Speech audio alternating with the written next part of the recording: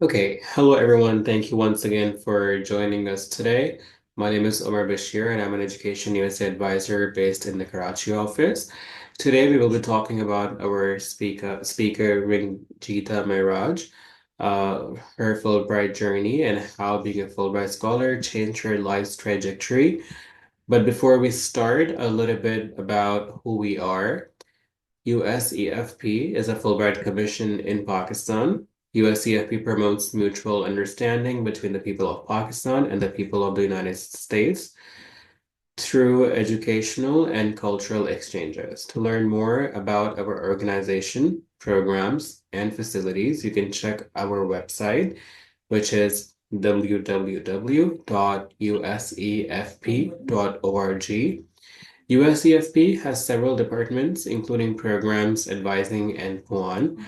And you can find out more information about these departments and the services they offer on our official website. Before we start, I just want you to know that we will take the questions and we will answer them towards the end of the session. So please use the Q&A box and Ranjita will take them at the end of the presentation. Now I would like to officially hand over the session to Ranjita so that she can tell us about her Fulbright journey and how it has helped her shape the person that she is today. Over to you, Ranjita. Thank you, Umar. Yeah.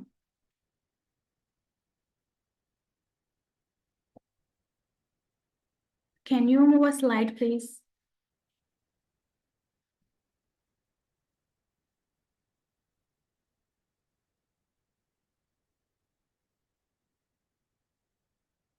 Yes. Umar, can you please move a slide?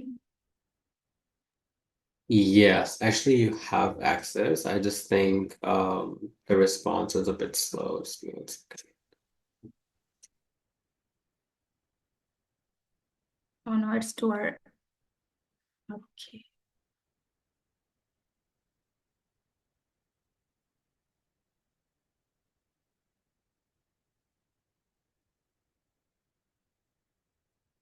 Can you go on a first slide? Okay, yeah. Hello, everyone. This is Ranjeeta Maharaj.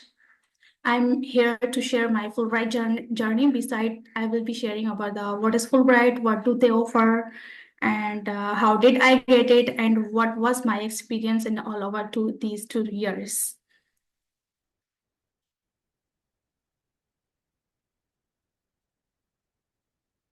Okay, what is Fulbright?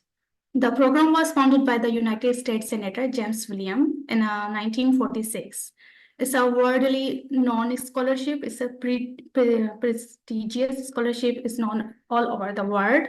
The Fulbright Scholarship Program operates in more than 160 countries worldwide. They offer undergraduate, graduate students, a young professional to study and conduct research in the United States. Approximately 4,000 students receive Fulbright scholarship all over the world each year.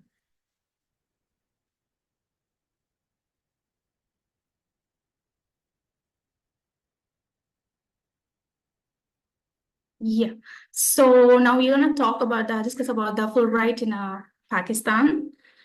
The website of the Fulbright, as Umar said, www.usefp.edu.pk.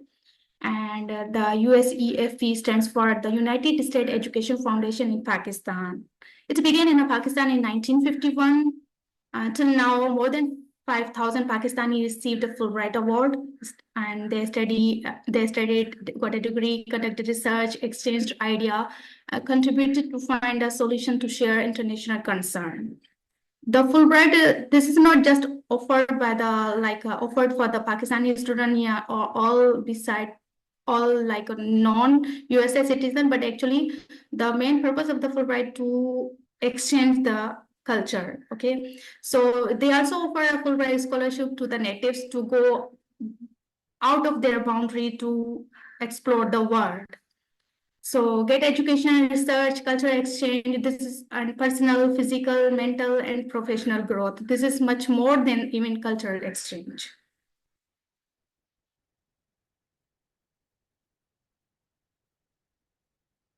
basic things everyone needs to know. The competition for the Fulbright program grant is merit-based. Eligibility criteria will vary by program and by country. Candidates are selected based on the variety of factors such as academics objective and professional goals, their qualification, project feasibility, personal leadership ability, and community services.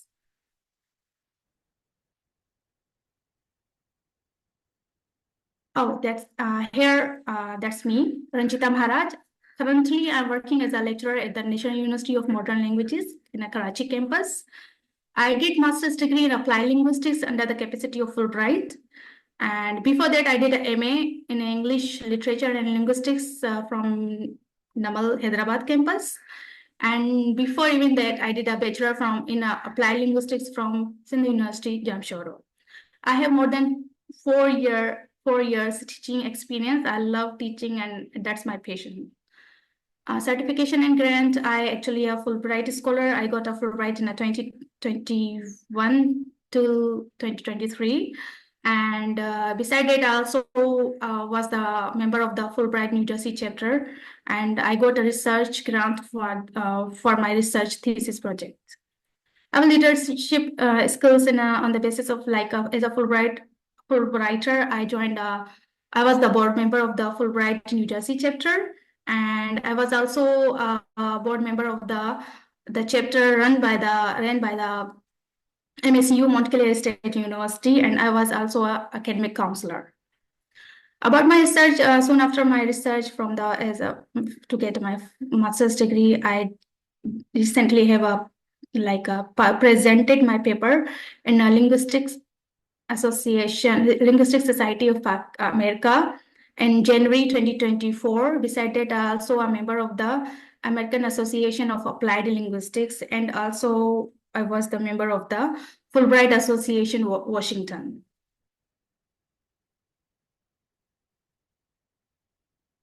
Okay, so that was for whatever I am today. But thing is that I want to share what is my academic background. So actually, I'm basically from Tandojam. That's a very small town, which is 15 kilometers away from Hyderabad city.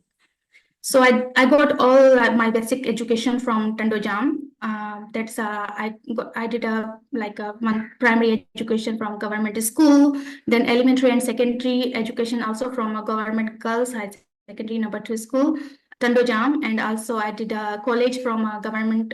There was a government that was the only college in the Tandojam. So that was a Nusha Bukhari College.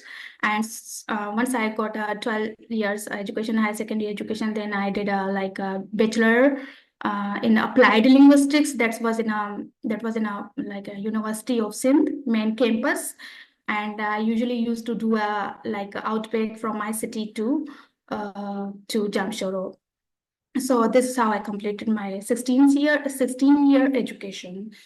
Well, soon after my graduation, what I did actually, I was working in a private schools. I was teaching in a schools. Then after teaching 1.5 years, even 2 years, actually, as I had a background in applied linguistics, I thought, why not I do like a dual degree. I do something in literature as well. Like whenever you see the linguistics, there is also literature. If there is a literature, there's also linguistics. So I was like wanted to be a part of the academic life as well. So I experienced my professional life, but I wanted to be in academics. So I started Namal because they were offering a linguistics and literature program. I did again MA, which was equivalent to 16 years education. I did MA from Namal Hyderabad campus, and morning I was teaching, and evening I was getting this degree. 2 years I just got it. I did a MA in linguistics and literature. Yeah. So professional life, as I said, that after 18 years, 16 years education, I was teaching teaching, and even teaching is my passion. So I was when I was in a school, I was used to teach as a tutor. I was giving a home tuitions, and then I had a craze. I really wanted to teach higher classes. Then this is how I started, because of course I wanted to teach a higher class and I really needed a experience for those. But yeah, this is how I grew. I taught at a primary level, then I just resigned from one school to another to move elementary school. Then this is how I taught the secondary and intermediate school. Before the Fulbright, I was teaching at the intermediate school. That was my last experience before the Fulbright. Besides that, I was also involved in the volunteer activities. There was an academy in Tandodam. I was volunteering over there. I was teaching them communication and professional speech and communication skills. And I was also giving them academic, like as a counselor services, so that they can get idea that which field they are gonna choose in the future. Because I personally myself suffer. I didn't want that current student, like they suffer for their for to get their academic goals in professional life. So yeah, this is how that was my professional life.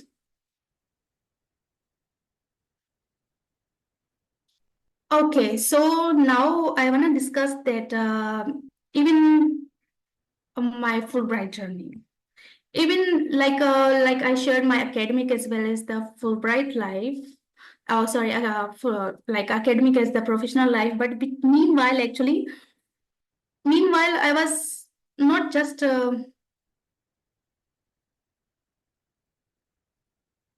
okay. So meanwhile, I was not just focusing on the just focusing on the academics and professional life. I was applying for so many different scholarships. I applied for the Commonwealth. I was applied for the CGS China government scholarship. Beside that, I also applied for the Hungarian scholarship. I got a partial scholarship, but yeah, I really wanted a fully funded scholarship. And I was also applying the some Fulbright programs, which were like a T program and a T program in the FELTA, but I didn't never ever thought about the to apply for the master's degree program that time actually. Well, soon after getting my MA from Namal University, then I decided why not I should go for the Fulbright and do apply for the master's degree program that time. So yeah, so and then I did apply.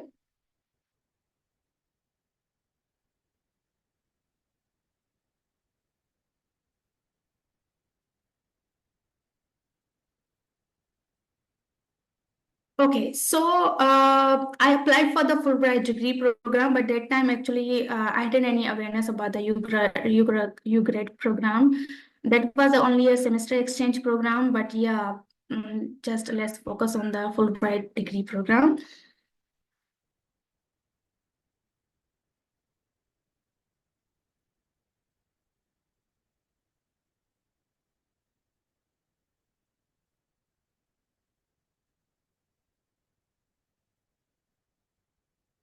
Okay, this is their website, and if you look at the scholarship section, you will be able to find the so many program offered by the Fulbright.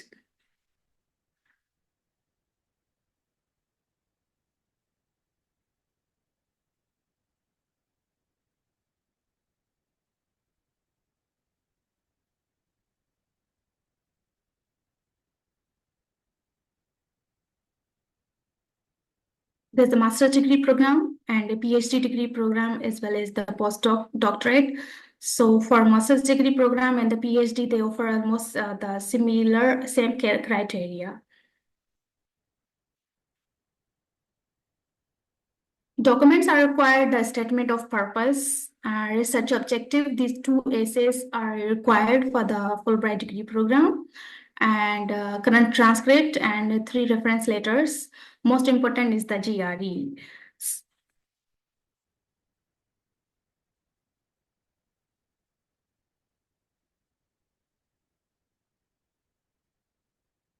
Okay, for GRE, what you have to do, you have to go to an education testing service, and they are the test maker, we can say.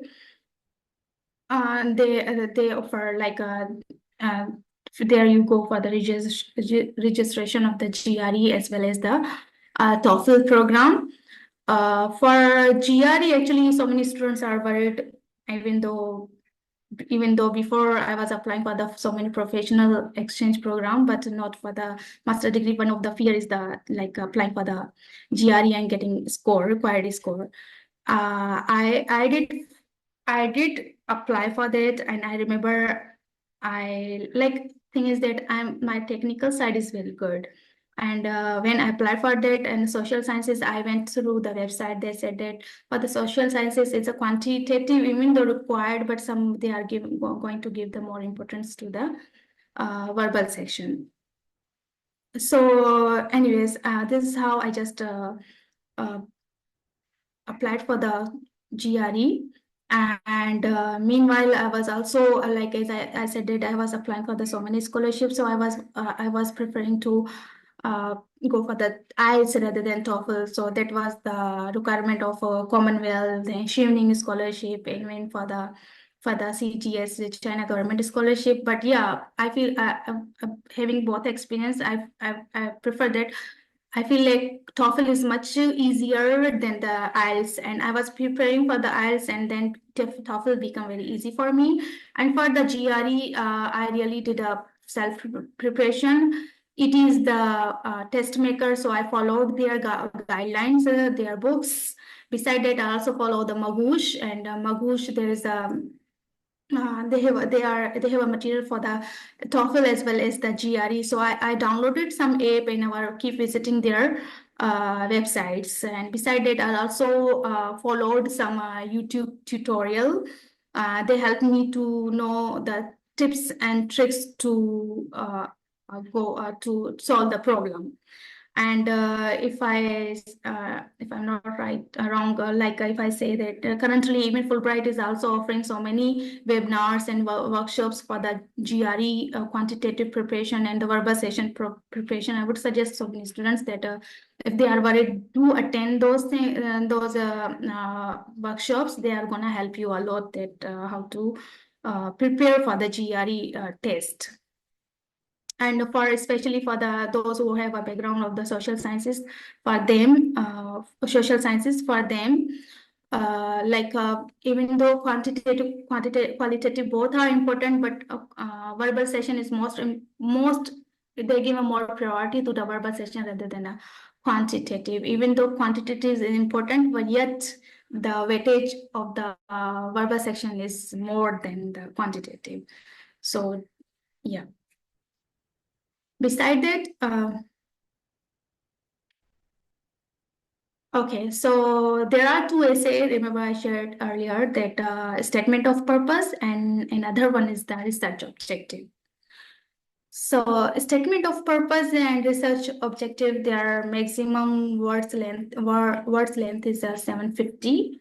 They are the most important part of the application except GRE. We can say even GRE, beside that, these are the most important part. Yeah, in the statement of purpose, what you have to do, you have to write your overall the story that who you are as a person, what are your goals in the life, and what motivates you, that what are you doing currently and what you want to do in the future. So this is how you have to tell in a story. Beside that, I would suggest you don't write first draft. Like, don't in the first draft, you are not supposed to just give the importance to the grammar and words limit. I would say in the first draft, you do a free writing. In a free writing, you will be able to write all ideas you have. Later on, you filter it. I remember when I wrote this essay, I wrote about 2000, even 2500 words. Yeah, then later on, I spent about 2 to 3 months to write these essays. So like these are time taking, but of course, these are like this is how they are gonna judge you, like through essays, then through interviews. Yeah. So second is the research objective. My background is the linguistics, English language teaching, and that was like more professional, we can say. In a statement of purpose, you wanna show what you are as a person. In a research objective, you wanna see what you are and then what are your professional goal and what you have done in academics and what you wanna do in the future. So this is more like a concern about the academics.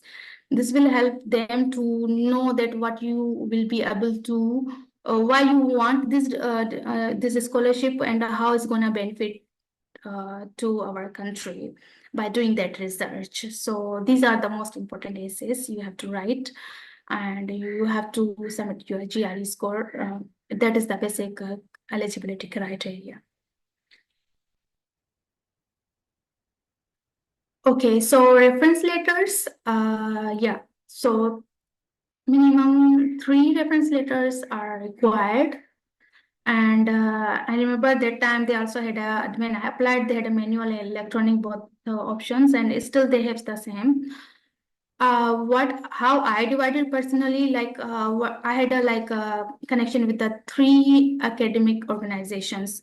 The first one is the I did a bachelor, second is the I did a MA, third one is the I was volunteering at the academy. So I was thinking about that, as well as I was working as a professional as a teacher.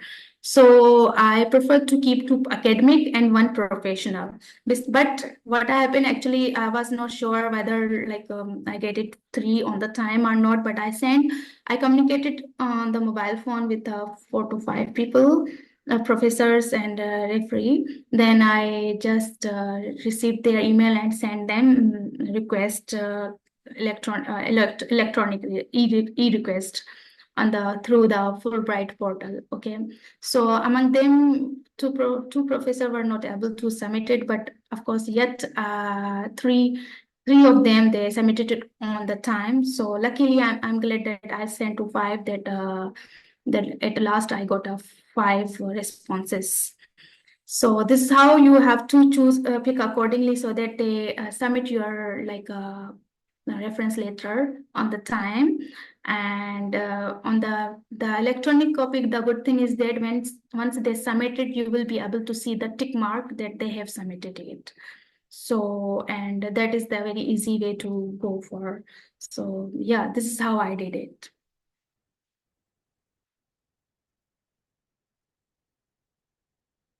Yeah, so Fulbright degree program applications are open, and its deadline is the 5th March 2025.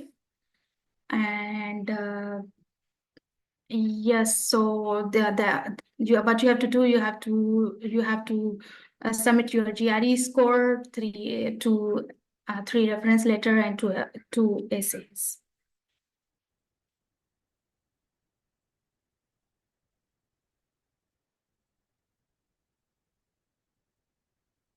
So another thing, yeah, Fulbright scholarship receivers in 2024.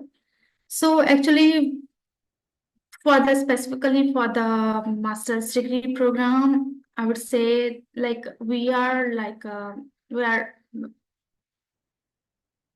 we are lucky that we have Fulbright, but there are most of students are they are selecting more students compared to the other countries. In the 2024 embarked on their educational cohort 2024, they embarked their educational journey at 66 USA universities, even more. And they are studying various disciplines, including health, education, computer sciences, environmental studies, social sciences. Among them, 102 master's students, 13 PhD students, as well as 5 Fulbright foreign language exchange assistant fellows included. Besides that, there are 54 talented U-grade students. So thing is that I met so many Fulbright, international Fulbright. Lucky we are in a sense that they have selected, even my time they selected 120 master's students, and right now they have in more than 100, right? I met one of the Fulbrighter, international Fulbrighter from another country that selected maximum 5 students for the master's degree program. So in this way, we have a more opportunity to apply for this, and yeah. So you have more we can say you have more chances to get selected for this. If you work on GRE and your essay sincerely, you have more chances to get it. And there's no any gender discrimination. They like in equal ratio, they select for the select women as well as the male. And yeah, this is what the Fulbright is. So see the highest ratio for the master's degree students, and then U grade students for one semester exchange program. The remaining, the 7% is the PhD and 3% for the FELTA. I remember when my cohort went, then they selected 7 students for the FELTA, but currently they have selected recently they have selected 5 students.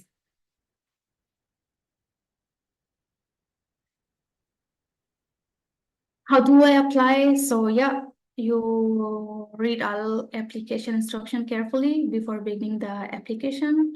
Register for the GRE, and information about the GRE preparation, test preparation is also available. And this is the website. If you need it, I can share it later on. There are many, of course, web resources. You are not just these are not just limited. Yeah. And beside that, now good thing is that, as I said, Fulbright is offering so many like workshop and advising. They are advising so many students that if they have any issue related to their SOP or research objective to refine, to write, need suggestion, feel free to contact them. Here is uh, their email address. So please, if you need it, note it down.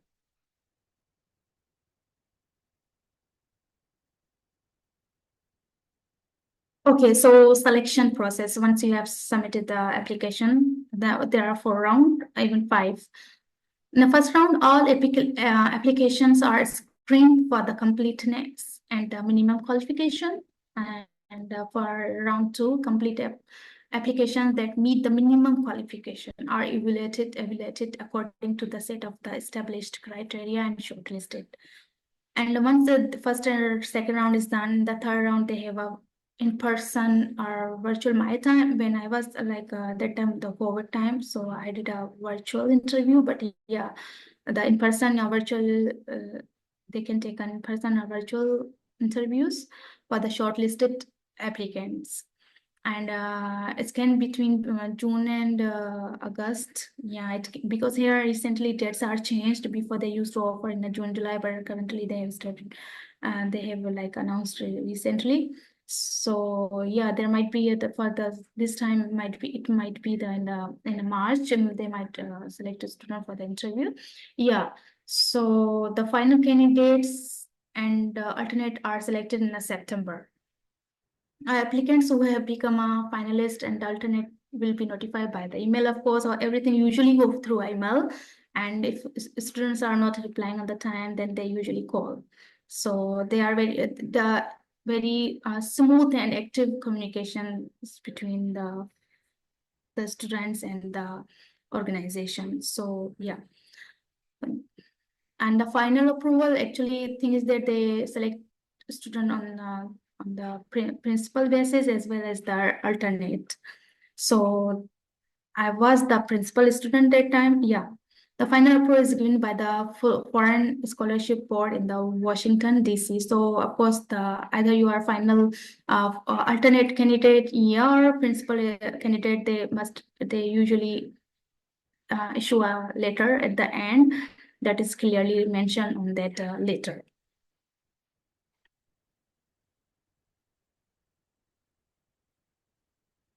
Okay, so what does Fulbright provide you? The airfare, monthly stipend, visa, tuition fee, health insurance, name, fame, international recognition, so on. Of course, you will be able to get much more. But what you have to do, you have to apply.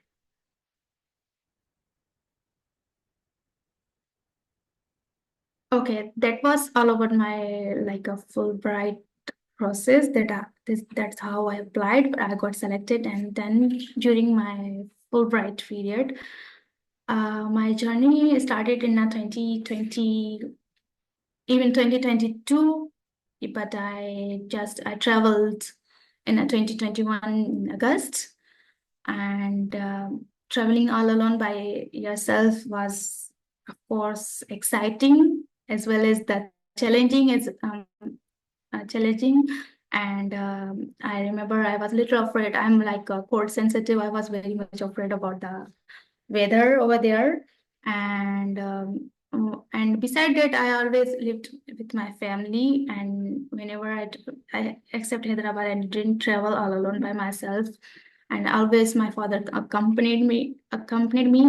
Even though for the Karachi, I used to go for the GRE test for IELTS, TOEFL. I used to travel with my father, but for Fulbright, of course, I got opportunity to travel all by myself, and even it was out of country. Yeah, super excited about it.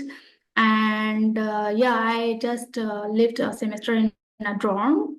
I moved over there, and I just I chose to live in a shared room. Reason is that we learn more through a sharing rather than finding all alone one single room and just stay in that room.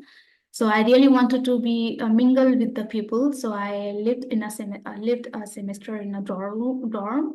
And while reaching over there, the food was the major issue I faced. I remember whatever I had, I just I spent like for 1 week unless I find the grocery store, like especially Indian grocery or Pakistani grocery, Asian grocery stores. And the weather, of course, it was very cold over there. Yeah, but I survived. For academics, I reached 15 days earlier. So that time, dorm room were empty, and even professor and the international advisor, they all were working from home. So the whole communication was through emails, and this is how I come to know the use of the technology, the professional way to communicate through email. And as university opened in September, then I started. Actually, the international advisor she was so cooperative. She sent me so many links, and that there was a group of the Fulbrighter at MSU, Montclair State University. So I got connected with them, and there was few of them were Pakistani. So this is how first semester went. It was exciting and challenging as well. In the second semester, as I said, I lived in a dorm first semester. In second semester, I moved to a dorm, to a residence area, and there I actually one of the Fulbrighters, he recommended me that house. So I moved to live near to the residence area near to the natives. And that time I was much more relaxed in a sense that I was able to find my food, and I was get to know about the environment, academics, all those things. Then I started to apply for the internship and volunteer opportunities, and participated not only the curricular but also extracurricular activities, and traveled that time a lot. In a third semester, and it's in a summer, I also got my second semester was in a spring. Then for third semester, it was in a fall. Between spring and fall, I had a summer break. And the summer break, luckily, I got an opportunity for the internship in Indiana. I went into the Language Conservancy organization. I did 5 weeks internship over there. Yeah, so after returning back, I traveled. I did some road trips by myself. Yeah, and then after that, as I returned in a third semester, I remember I wanted to do a thesis work. Actually, I had a very active communication with my academic advisor. So I really shared that I want to do a thesis rather than project. Actually, thing is that I was supposed to cover 36 credit hours. And for 4 semester, beside it, one credit for the capstone. But I really wanted to choose a 3 credits for the thesis rather than going for the 1 credit. So I wanted to get a research experience. So this is how I communicated with the Fulbright, and they paid extra for the 2 more credits, and that I really enjoyed working on my thesis. I started preparing in my third semester. Besides that, I was a Fulbright New Jersey chapter member, board member. So there was a meetings were going on every month, and we were deciding and planning some workshop for the Fulbrighters, those who are living in the USA. So this is how my academics and extracurricular activities were going. But yeah, that was the busiest, we can say busiest semester.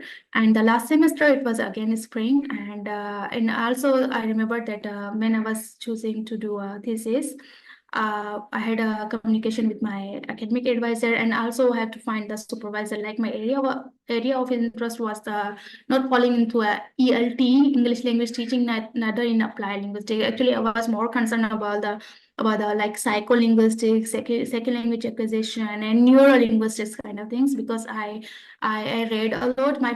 I was communicating one of the supervisors. She taught us the subject that is a second language acquisition.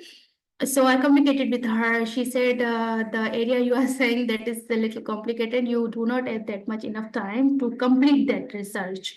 And she gave me some readings, but after reading that, we had a one-on-one communication. I really wanted to work on the electroencephalography and working on the I wanted to collect data through applying the ERPs and fMRI. So I hadn't that much time, so we went for the behavioral study language switch course. So we finally decided to do that, because because of the time limitations. So for that, my supervisor and academic advisors, they said that your area of interest going into a quantitative research, so you need to learn some statistics subject and some other technical subjects. So I was always ready to learn something new, of course. So in the first semester, along with my thesis, I learned the statistics. I worked very deep into my research thesis, and beside that, also I have to close my semester, in a sense that we had to return. So I was applying for the ticket, all those things. So like everything was going together. But yeah, this is how I completed my degree in May 10th May 2023. And that's all about my like we can say 2 years in a USA I spent. Besides, there's so many things were going on, like outing, like learning new things, like extra, like a recreation center. We were going for the hiking, skating, meetings, Thanksgiving days, so many things.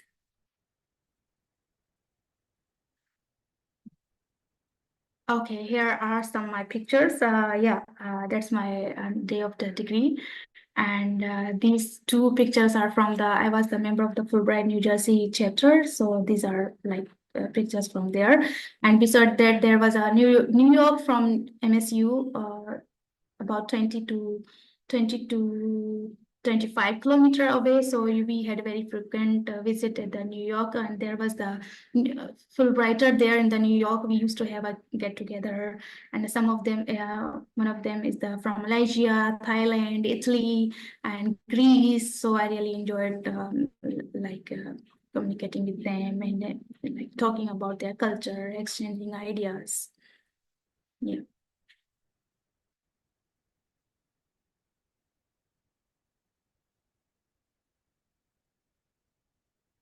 So experience beyond the classroom impact of the scholarship. This is career development, skill development, partnership, networking, academic growth, travel, internship opportunity, globally connections, and recognition. Beside that, self-confidence, self-grooming. The first picture here on the left side, that is she is my professor. And yeah, these all like I cherished those moments. Yeah, so this is what I really achieved and received during my Fulbright.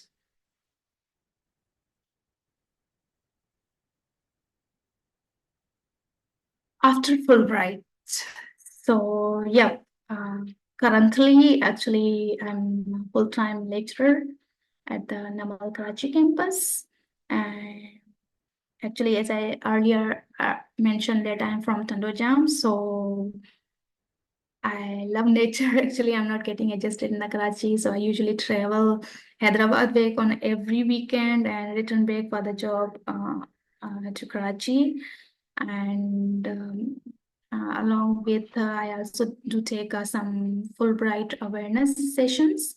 I and I also helping so many students to apply for the Fulbright, and I checking for their SOPs, and I share my emails like whenever they ask for the Fulbright, I always open to share my experience and to guide them. And for my professional growth, of course, I'm keep applying for the like whenever I get opportunity. Like recently, I applied in last year 2024, I applied for the Linguistics Society of America. I applied for the like a post recognition. Unfortunately, I couldn't make it, but my professor, I was the first author. My professor, she represented it, and I also applied for the two more abstract I submitted to the uh, Applied Linguistics American Association, and another is the Fulbright. There was a conference. I applied two abstract over there. They are in the waiting, pending, and decided I also wish to get a full PhD. Unfortunately, I cannot apply again for the Fulbright. Otherwise, I can go for the PhD program. But yeah, that's a rule. But yeah, I would suggest you those who have not applied it, please go for it. This is worth it, of course. And I do travel not only my city but out of the city as well, like other areas to volunteer work. Beside that, yeah, what Fulbright has given now, like I networking and professional growth. Yeah, so for networking, actually, we are like a Juan alumna network.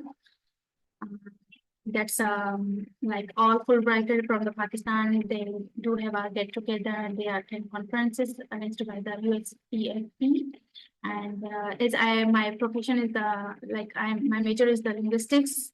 So there is a open professional English networking that is good for the English language teacher. If they are interested, they can join that. And access program, English works program. There are so many online courses they are offering for the English applied those who have a background of the linguistics. And beside that, they are also have a chapter like a Jamshoro chapter, Fulbright chapter, as well as the Karachi chapter. They usually have frequent meetings. We can say the Fulbright now is another, like we can say the family now become a part of it. You are like actually they are very actually connected on through emails. You get to know and communicate, share, and you feel like what you are actually. So this is uh, this is what I have achieved and I have learned and I have went through these things. So that's all. Uh,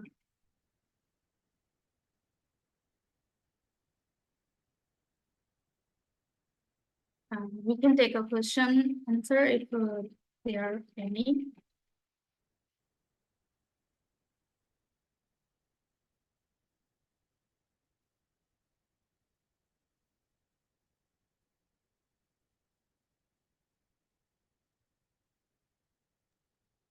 Ranjita, will you access the Q&A box or do you want me to read the questions for you? Would you mind to read a question for me? Yes. Yeah.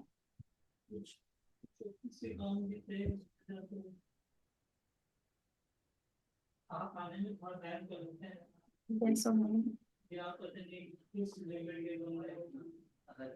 I'm reading the question. Okay.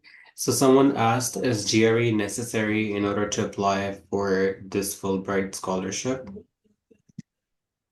Of course, it is actually it's eligibility criteria. You have to submit your score along with the other documents to submit your application. If you do not submit application with GRE, they will not shortlist you. Of course not.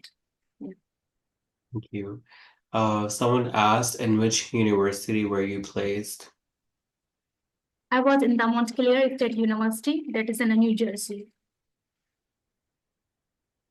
Okay. And someone asked how much our CGPA should be when we apply for master's. Okay, so like CGPA, I would suggest there must be a um, plus like 3. If actually, Fulbright is not clearly saying there is a CGPA matters. They are focusing on your SOP essays.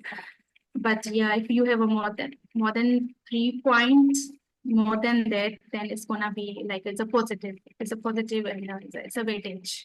Yes. Someone is asking, would you please explain about PWAN alumna networking again? Yeah, Quantum networking is all about the all alumna like who are graduating from the USA and coming back to a country. They have one network. For those who are already a part of the like they have received a Fulbright scholarship, they are returning and they becoming a part of that family. So that they stay connected with each other for the future meetings, future conferences. Thank you. Someone asked, how much time does it require to prepare for the GRE test? Okay, so yeah, that's good question, but yeah, it depends on the person how serious he or she is. Personally, I spend more time while writing the essays. I spend about 1 month, but I gave a quality time to it.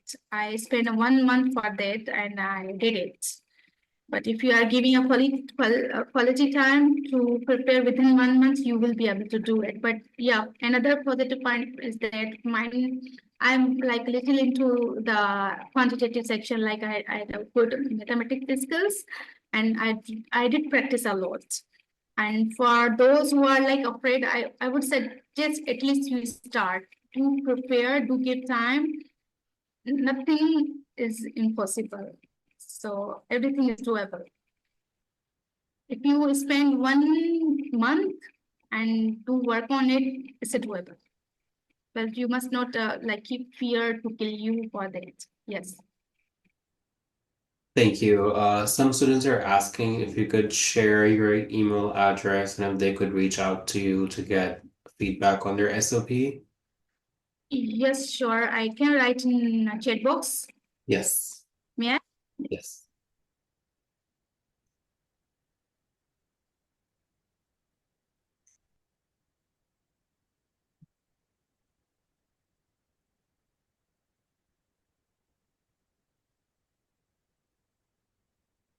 Yes, I share.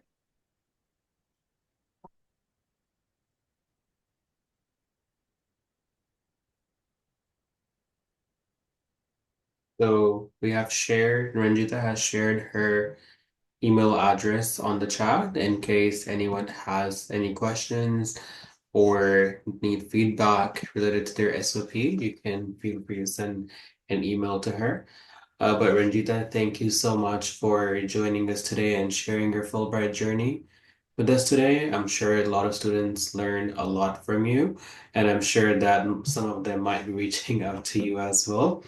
But thank you so much, and thank you everyone who joined us today. The recording of the session will be posted on USEFP's Facebook and YouTube page, so you can access it from there in a couple of weeks. Thank you so much. Thank you, Ranjita. You have a good day.